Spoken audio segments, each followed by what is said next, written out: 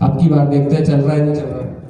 ये रन हो गया है और हमारे पास एक स्कीमा हमें नजर आ रहा है कहाँ पे, अपने लेफ्ट हैंड साइड बार के ऊपर पोस्ट के नेम से विद कैपिटलाइज पोस्ट लिखा हुआ है POST।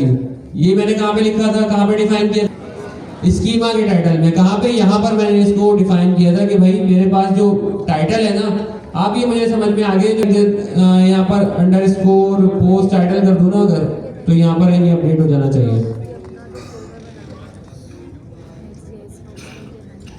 वो हमें UI पे नजर आएगी स्कीमा के भी और फील्ड के भी। अब हम इसको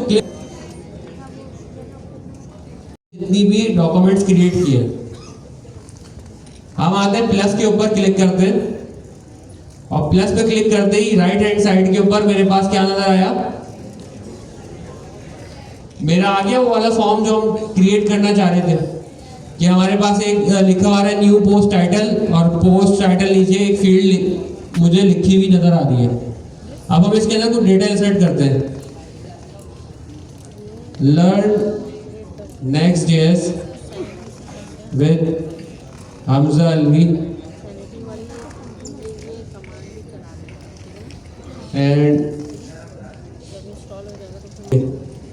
सही लाइव स्ट्रीम करेंगे हमें भाई आज रात को,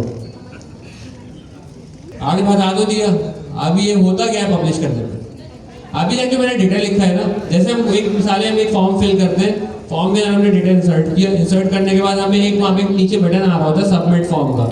जब तक हम सबमिट नहीं करते तो हमारा डेटा जो है, थर्ड पार्टी जो हमारी है जिसके लिए हम जहाँ पे हम फॉर्म फिल कर रहे हैं, उसके बाद वो डेटा पहुँचता नहीं है।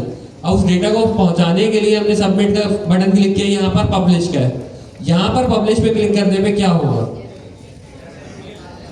ये जो डेटा मैंने इंसर्ट किया है ये सैनिटी के पास जाएगा और सेव हो जाएगा कहां पे,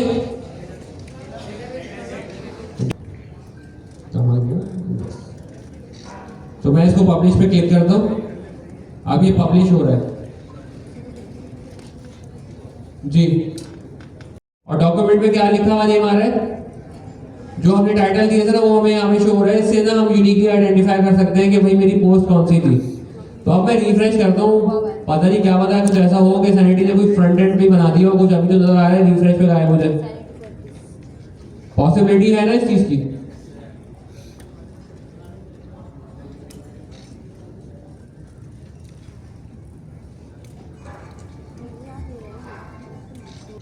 हमने रिफ्रेश करके भी देख लिया, अब हमें ये ट्रस्ट हो गया सैनिटी में कि भाई जो सैनिटी कह रहा है ना वो हो भी रहा है। हमारे पास यहाँ पे पोस्ट शो हो रही है, मैंने जो सेव करवाई थी। अब ये चीज यहाँ तक हमने कर ली, डिफाइंड फील्ड होगी या डिफाइंड टाइप होगी, डिफाइंड फील्ड ली, क्योंकि हम एरे के अंदर कर रहे हैं, हम कॉमा सेपरेटेड डिफाइंड फील्ड बार बार कॉल करके अपनी जो मल्टीपल फील्ड्स हैं वो रजिस्टर करवा सकते हैं सैनिटी के पास।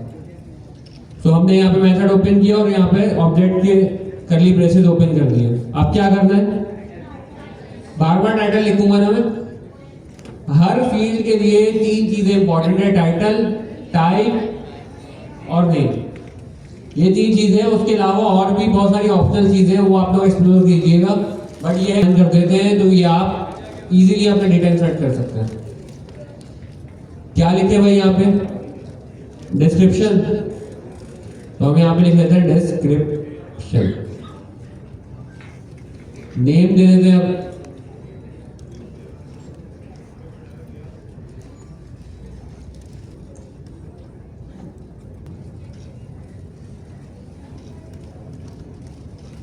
जी हाँ बताते दोबारा। देखिए टाइटल के अंदर हम स्पेसेस यूज कर सकते हैं, मैं सेमल ने बताया था हम कर सकते हैं, लेकिन मैं यहाँ पे टेस्ट आउट कर रहा हूँ कि भाई कर भी सकते हैं कि नहीं कर सकते। टाइप,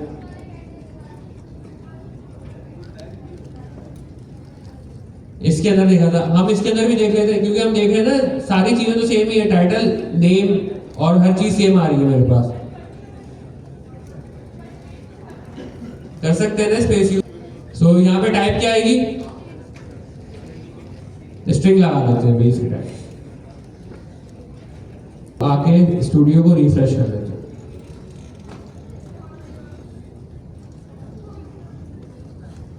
होता है शायद,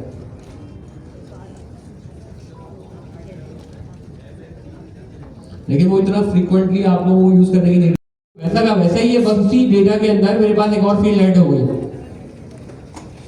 सो सैनिटी का हमारे पास ये फायदा है कि जब हम किसी चीज के अंदर कोई भी एडिशन भी कर रहे हैं तो उसके अंदर उस चीज का ना कोई मसला नहीं हो रहा। डेटाबेस के अंदर अगर जाके मैं कोई फील्ड ऐड कर दूंगा ना, वहां पे काम खराब हो जाएगा। ऐसे ही होता है भाई। बैक टू न्यू ब्लॉग, ये ज्यादा सही है। ये हमजा भाई के लिए है। जैसे ही पब्लिश किया, ये सारा का सारा डेटा जाके मेरे पास सेव हो गया और सैनिटी के बाद भी जाकर सेव हो गया। अब मैं इसको रिफ्रेश करूँ, कुछ भी करूँ, ये डेटा मेरे पास परसिस्ट करेगा, हो गया।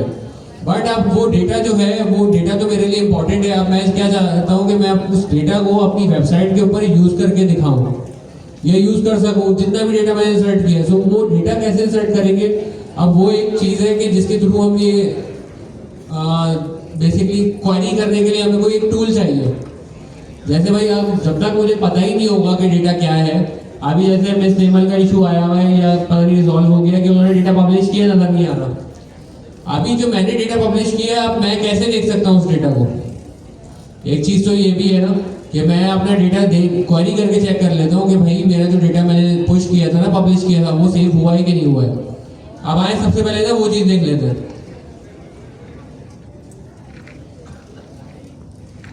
बाद में रिजॉल्व कर लेंगे। यहाँ पे हमारे सामने जो पूरा डैशबोर्ड खुला है ना सैनिटी का, इसके अंदर ना डिफरेंट टैब्स आ रहे हैं। अभी तक हम कहाँ पर देख रहे थे? स्ट्रक्चर्स के टैब के ऊपर थे और वहां पर हम सारे अपने स्ट्रक्चर्स देख रहे थे, अपना डेटा इंसर्ट उसके अंदर कर रहे थे। हमारे पास एक है विजन का टैब। भाई ये विजन का टैब क्या होता है? विजन के टैब के अंदर हम सारा का सारा जो डेटा की विजुअलाइजेशन है ना, वो कर सकते हैं। कैसे कि भाई हमारे पास यहाँ पर ये पूरा एक टैब दिया हुआ है, यहाँ पर ये कह रहा है कि अपनी क्वेरी लिखो कि आपको डेटा कैसा चाहिए। अच्छा, थोड़ा सा एक कॉन्सेप्ट दे देता हूँ। तो जब हम उसके अंदर से डेटा एक्सट्रैक्ट करते हैं, डेटा को फैच करते हैं, तो हमें उसको कुछ पैरामीटर्स प्रोवाइड करने होते हैं। उस चीज़ को हम क्या कहते हैं कि भाई ये क्वेरी है, ये डेटाबेस की क्वेरी है, या आपकी जो भी क्वेरी होती है वो आप पोस्ट करते हो, उसके अगेंस्ट में आपको रिस्पॉन्स मिलता है। तो ये उस तरीके से आप एक क्वेरी लिख के देते हो। जो ये क्वेरी आप किस फॉर्मेट में लिखोगे, वो भी सैनिटी ने आपको बताया कि भाई आपने इस फॉर्मेट में क्वेरी लिखनी है, मैं आपको डेटा रिटर्न कर दूंगा।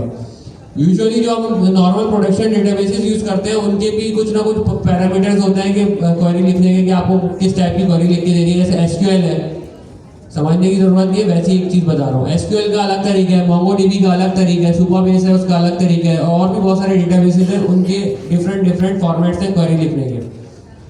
यहाँ तक क्लियर हो गया?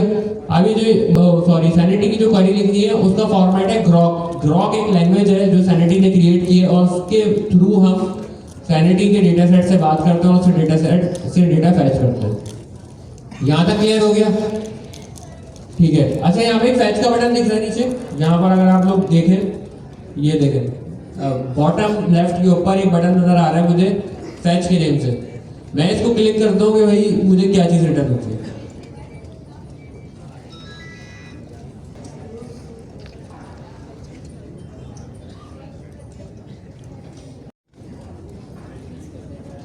मैंने अभी तक वहां पे कोई भी क्वेरी नहीं लिखी थी।